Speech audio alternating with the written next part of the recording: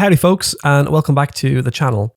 So I'm going to continue this series here by creating this HTML theme, this Synergy Solutions theme, by setting up our files, our index.html, our CSS file, including our JavaScript kind of placeholder files, and including our fonts and icons and stuff like that. So let's jump right into it here. So I've got Visual Studio Code open here. And as I say, I'm starting completely from scratch. So what I'm going to do simply is to create our first file, which is the index.html.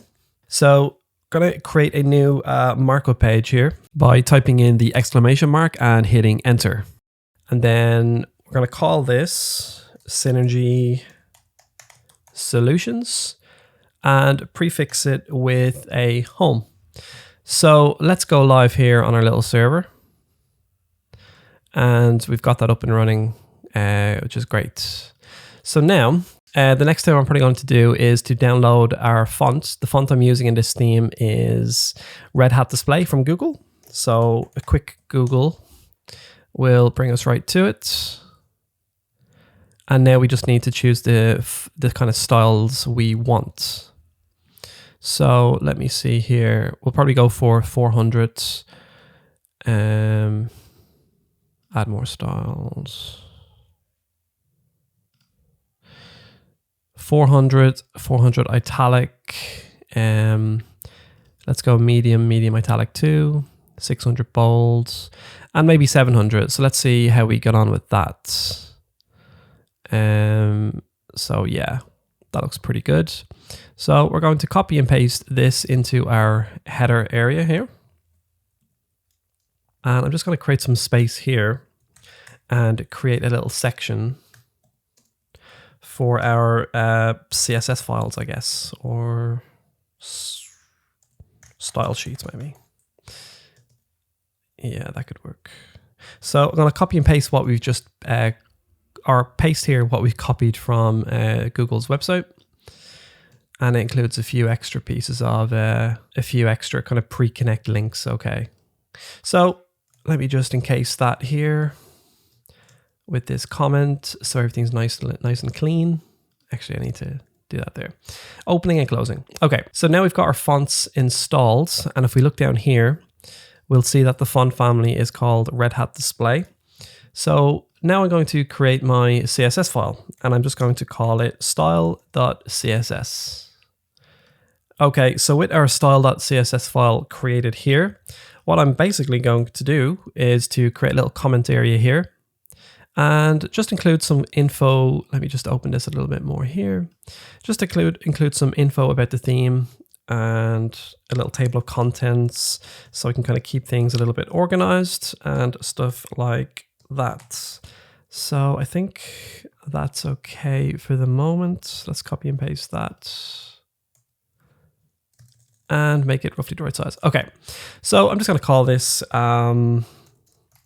Synergy Solutions HTML CSS JS theme, and let's say front end hero.dev. Just a little nice attribution there. And then we'll create a little section here for the sections we will be creating. So usually I start every CSS every web project, I guess, with a CSS reset. So at the very start of this file here, I'm going to call this reset here. Now, without going too further ahead, I'm going to create the section now and we will download the CSS reset from, I think it's Eric Mayer. Okay.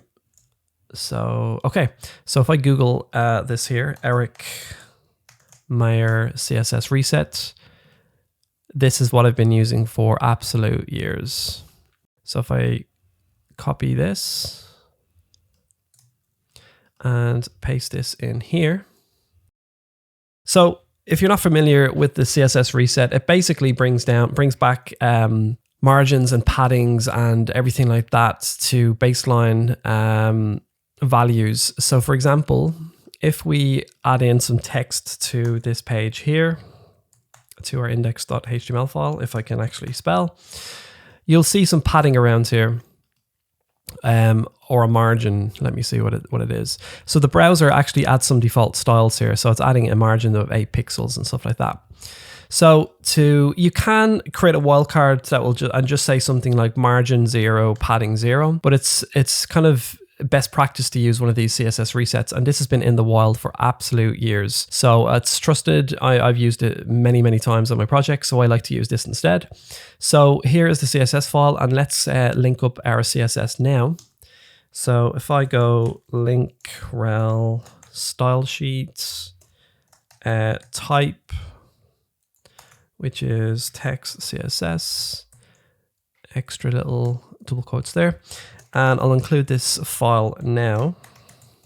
So if I save this, and if I add some text in here now. Okay, so we've got text here now, and this is linking to our style sheet here. If I save this, now we can see that it's actually linking up to our CSS reset that we've just downloaded from Eric Mayer. So if we have a look here now, it's pulling in from our CSS reset, which is exactly what we want. So it just brings things back to a nice baseline to account for kind of browser inconsistencies and stuff like that. So everything is kind of set at the default value. It just makes it easier to develop your CSS. So we'll get rid of that for the moment. So we've got our font, we've got our style sheet linked up here. Now I'm going to use something that I kind of use in a lot of my projects too, which is a hamburger CSS menu. And I think this is it here. Yeah, this is it here. So again, I'm just going to download this here. So let's say, let's download this. Yep. So here is what we want here. I'm just going to copy and paste this now. So hamburgers.css. So now I can create a little folder called CSS and call this hamburgers.css and copy and paste this in here now. So if you haven't seen this website before, it just adds a nice little transition when we click the menu item, the hamburger menu on mobile. So it has a few different options here. I think they're pretty cool. And it's, once again, this is kind of tried and tested, battle tested, if you will. And yeah, it just adds a nice bit of nice little extra bit of elegance to the website.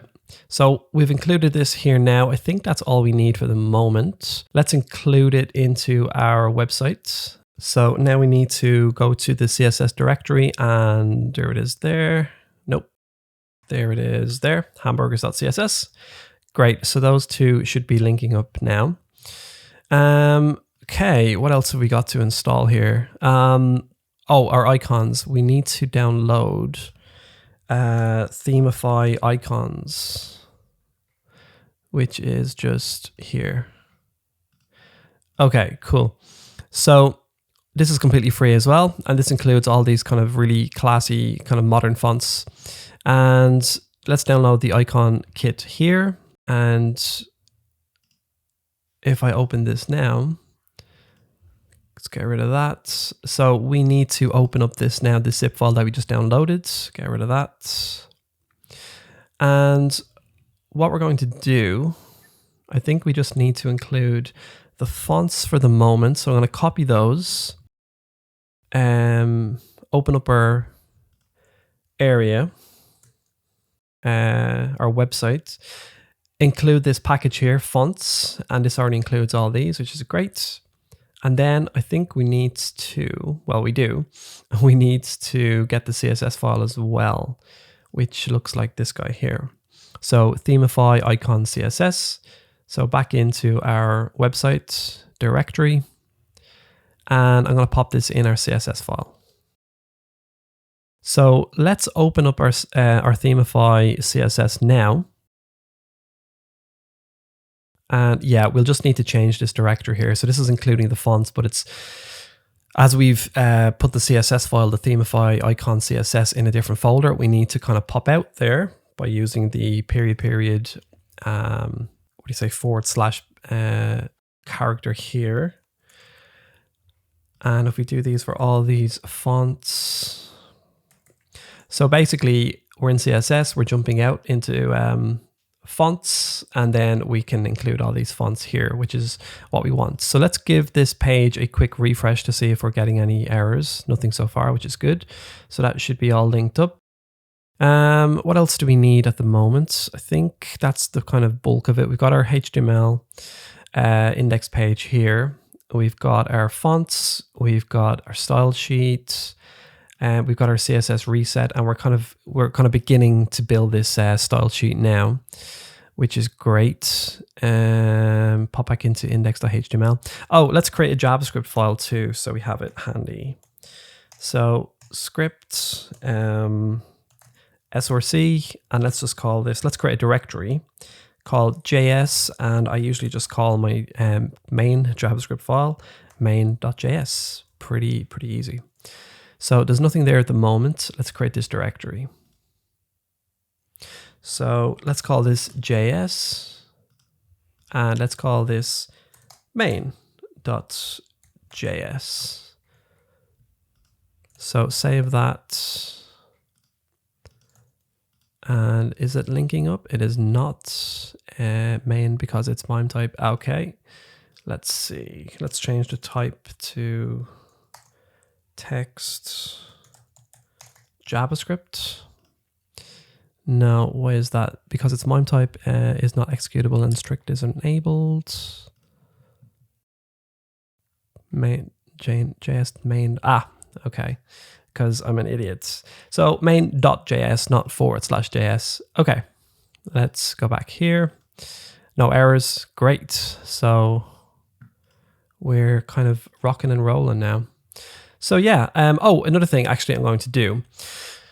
If I open up my Adobe Illustrator application, I'm going to save these guys here. So this is a little icon, a little logo I made from this theme I downloaded from Theme Forest, just called Synergy. I think the original was called Ageno or something like that. So what I'm going to do now is save this. And let me pull that in a bit. Okay. Right. So what I'm going to do is save this as, no, actually, sorry. I'm going to save this as an SVG. So let me move this over a bit here. Okay. And we'll pop it into our directory. So I'm going to call this just SVG, and I'm going to call this logo, maybe synergy logo.svg. So save that there. Yep, that's fine. And now if we open up our Visual Studio Editor, let's close these guys here for the moment, we will see our logo. So now we need to kind of make another directory called images. Let's pop that logo in there now. Yes, I'm sure. So now we've got our logo, and we'll include that in a moment. But next thing is to we got our logo there. Let's add in our favicon. So this is probably going to be, I'm going to save this as a PNG, just because I've been doing it for years, and I'm not sure the kind of support browsers have for SVGs like as favicon. So stick to what you kind of know. So let's call this just favicon, and let's save this again in our little directory here. I'm going to just save it in the root directory. Save that. And then we'll open up Visual Studio again. So now with our favicon saved in our root directory, what I'm going to do is just include it here by giving it a link rel. And I think if I do an attribute of link rel shortcuts, I think I use icon, and using the href attribute, I'm going to include it here. So I think it's just favicon.png. And what have we got? Give it a type of image/x icon. So if I save that now, yeah, we've got our little icon there. So starting to look good already. So favicon logo, which we'll include in a little moment, and we got our main.js file. We've got our our fonts. We've got our hamburger.css, our style.css. And I think that's it for the moment. Probably what I'm going to do now is jump back into my CSS file and continue with my bits and pieces here. So with our reset included, I'm going to keep going with other sections.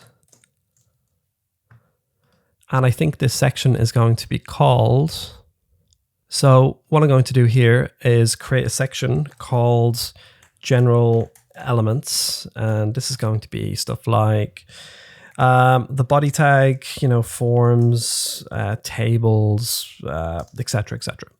And then we'll create this global styles area here, which will include all of our kind of color variables and stuff like that.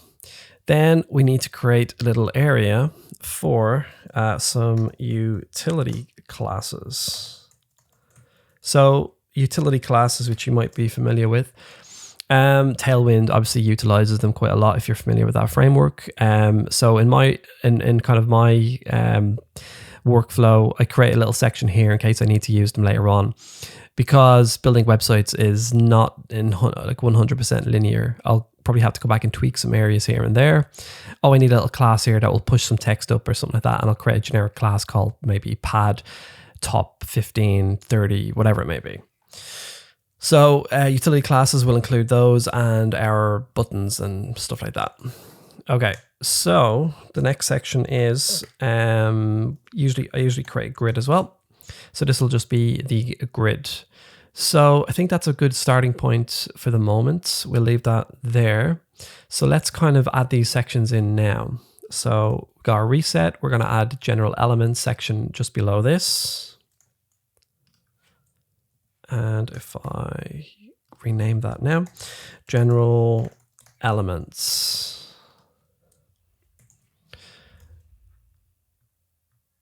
Okay, great. So here, what I usually do is to create this here, HTML body.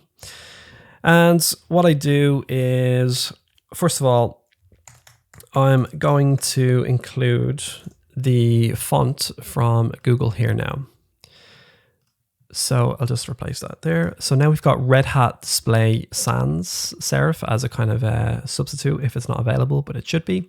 Just good practice. Thanks, Google. So if I save that now and I open again the index.html file and I say hello and get rid of this now and I refresh this, zoom in a bit, you can see the font is now using Red Hat Display. And if I untick it, it goes back to Times Roman, which is the browser default. So that's linking up just fine. Now, back into my CSS file. So yeah, I've got the font family installed for most elements on the web page. Some will have to be kind of added again, stuff like the form element text area, just because it just doesn't, it uses a monocode font, I believe, a Courier font or something like that. So let's give everything here a font size of 1.6 rem.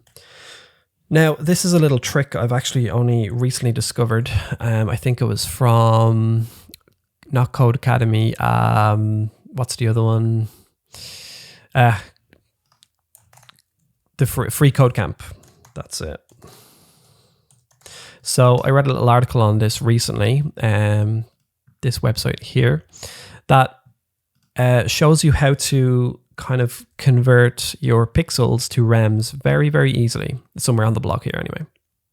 So what you're probably used to doing, if this is news to you, you convert your pixel values to rems using a kind of font rem calculator. But what this little trick does here is it makes your body font size is 1.6 rem, which is like 16 pixels. I think that's the browser default style for fonts font sizes, 16 pixels. And in a moment, when we go to create our vars, we're going to create a new element and give that a size of 62.5%. Please bear with me on this. It probably doesn't make any sense at the moment, but I will show you in a moment. So anyway, for the moment, just know that we're including a font size here of 1.6 rem. Okay, and then what I do is usually just give everything a height of 100 pixels, and I'll give everything a color. Probably not of red, but just to kind of get things going. Let's say just that for the moment. We'll create our colors now in a moment. So if I add in some text there real quick. Yeah, and zoom out. Yep. Okay. So it's inheriting the styles nicely. So again, if I move that here, get rid of that, and then move the style over. Okay. So general elements, we've got our HTML, we've got our body, and then I always create a wrapper. And you're probably well versed in wrappers or containers that just, these guys kind of constrain your content. I always give it a position of relative, give it a width of 100 pixels, percent. Give it a max width, and this is entirely kind of up to you, but I usually choose something like 1200 pixels. And then give it a margin of 0 and auto, which will center align everything. And then just give the sides a 15 pixel buffer here. So if I give this a border of 1 pixel solid red, and I include it actually on the page, which would be helpful. Wrapper. So we can see it here now. So you can actually see, if I open this page out a bit more, yeah, you can see it. So it's 1200 pixels in width and it's center aligned. And we do have that little 15 pixel buffer. And this just helps when I go to make this website kind of responsive.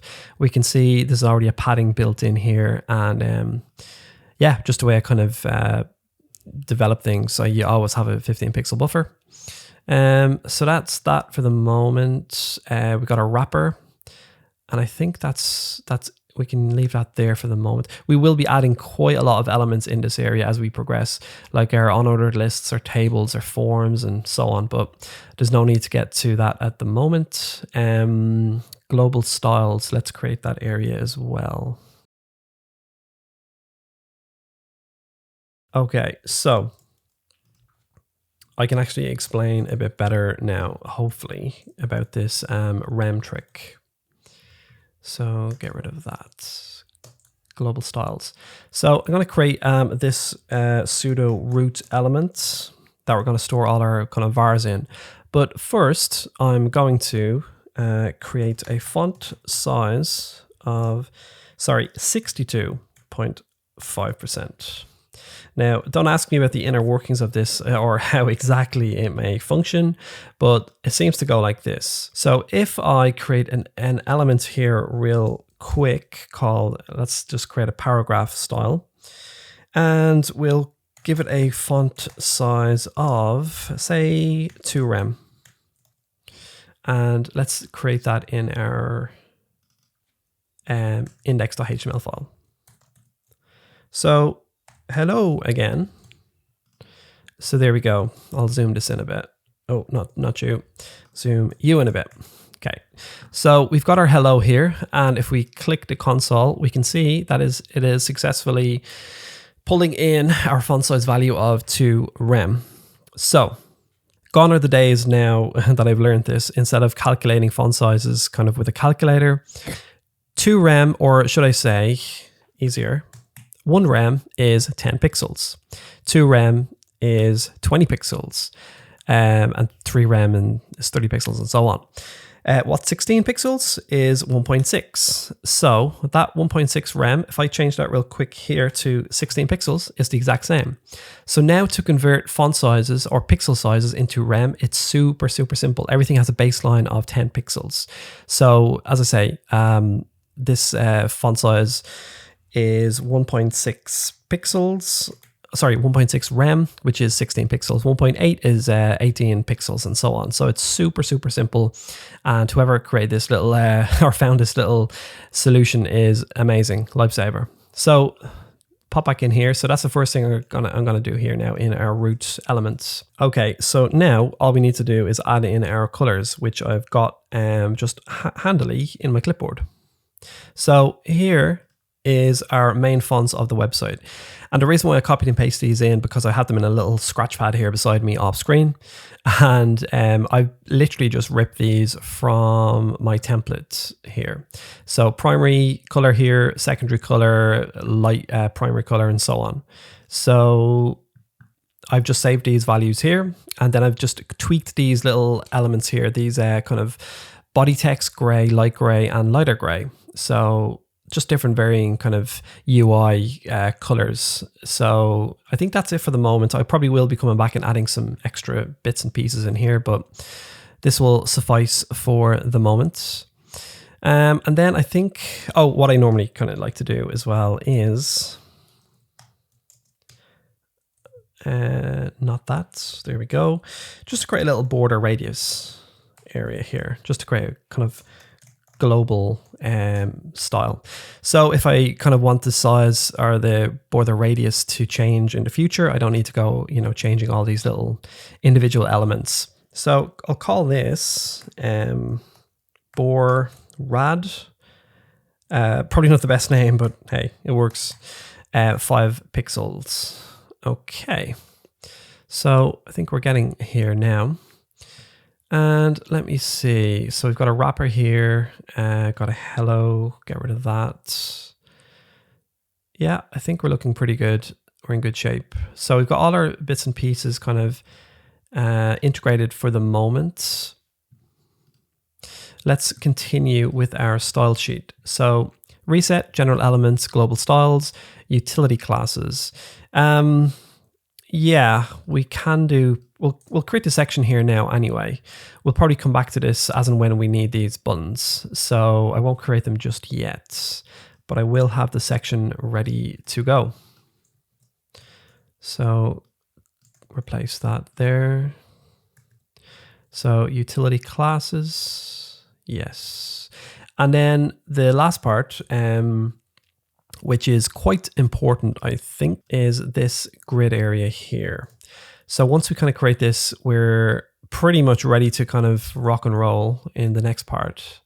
So really quickly, or as quickly as I can kind of muster, let's call this grid here. Okay, so we got 5, 4, 3, 2, and 1. Okay, so in our grid, I'm just going to create a little generic class called grid row, and let me see, display that with a value of grid. And I will actually create this here now, just so we can kind of visualize it together. Let's create div class grid row.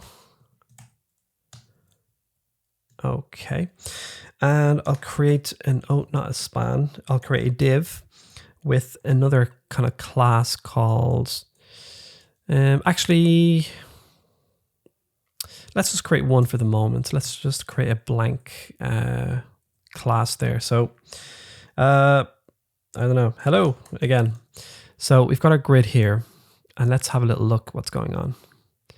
So we've got our grid, and it only has one kind of column here, which is what we kind of expected. And now let's create a 12 column grid. It's just personal preference. I think a lot of designers kind of use this as well. So it works for many different layouts. It's kind of tested again, and I like to use it. So I'm going to create a grid template columns rule and give it a repeat function and say, I want to repeat 12 times this one fraction. Just like that. So if I save this now, all the children area inside my grid, let me see if I kind of enhance that there. So yeah, all my children in here will be 12 columns. So I've got first column here, 1, 2, and so on up to 12. So that means if now I'm sorry, I'm probably dumbing things down quite a lot here, but just in case somebody's not kind of up to speed with grids, you know, why not? So again, enhance this grid. So you can see here column 1, column 2, and so on. So this is just a quick and kind of dirty little grid for the website. Actually, so we understand what's going on here now, I hope. So when we create a grid row class, we're giving it 12 columns. And what I like to do then is, let's say, if I want to create kind of different layouts, let's say I want the left column and a right column, I want this to be 3 kind of columns wide and so on. What I'm going to do now is to create a few children and call them span, maybe not span 1. Okay, so what I'm going to do now is create another little span here and just call this span. It doesn't have to actually link to anything. So I'll call this 1 and I'll call this span 2. If I refresh this here, we got 1 and 2. So what I want to do now is to create a few little grid kind of columns or span columns. So let's call this grid spans, something like that. Okay, and I'll call this span 2. And because we only have kind of one-liners here with our CSS, I'll just keep everything on one line. So I'm going to say grid column span, span 2, and so on and so forth. So this span 2 here now is linking to this span 2 here. So you can see that it's taken up 2 columns instead of 1. If we create a span -3 class and give it a span of 3 in our CSS, well, I guess you can understand what's going to happen. So it's going to take up the availability of 3 columns. And a quick save there and refresh. So again, we've got 1 column, we've got 2 columns, and now we've got 3 columns. So I'm just going to run through these real quick now and create the rest of these spans. So we've kind of got it in our little toolbox. So span 2, 3, 4, 5, 6, 7, 8, 9, 10, 11, and 12. So let's say 12 will cover kind of the whole column, the whole row, should I say. So let's change these values to reflect their names. So span 9, 8, 7, 6, 5, 4. And I think that's it. So now let's build these out actually real quick. So what I'm going to do is probably call this a span 11. If I save that, there's span 1 there, and there's 11 span there, and so on. So we could easily go down the line here by saying span 2 and span 10.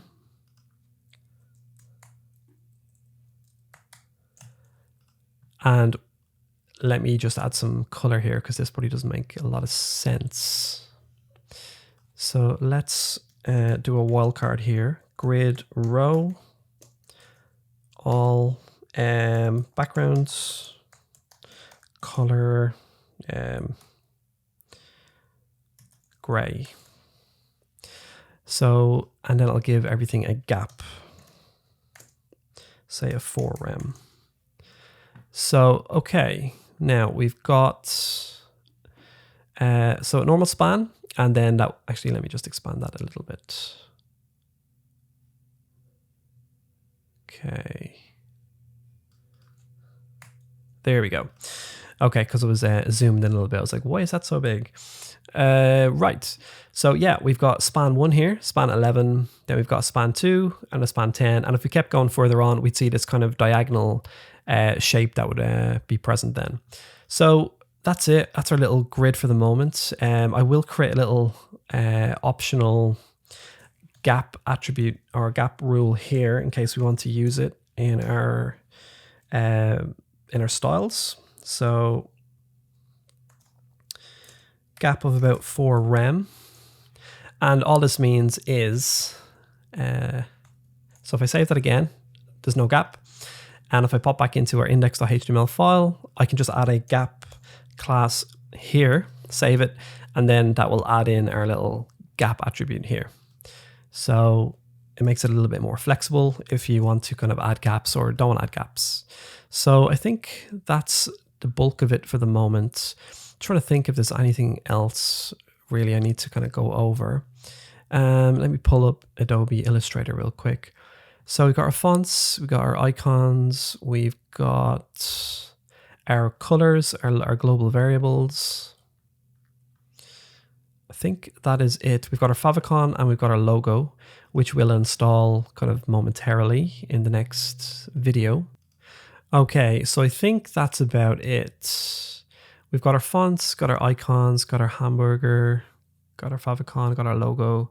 Oh, one thing I do actually need to install as well is jQuery, to probably some people's dismay out there.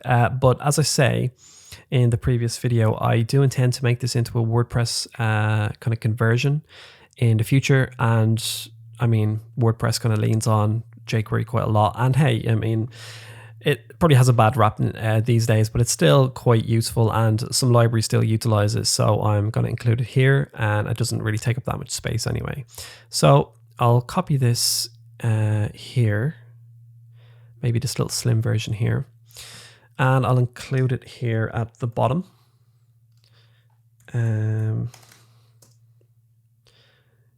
Type. I don't think I need this text / JavaScript, but just a habit at this point. So we'll include that. And now we should have jQuery installed as well, which we do, which is good. Okay, so I won't bore you guys any longer. So that's our kind of website setup now at the moment.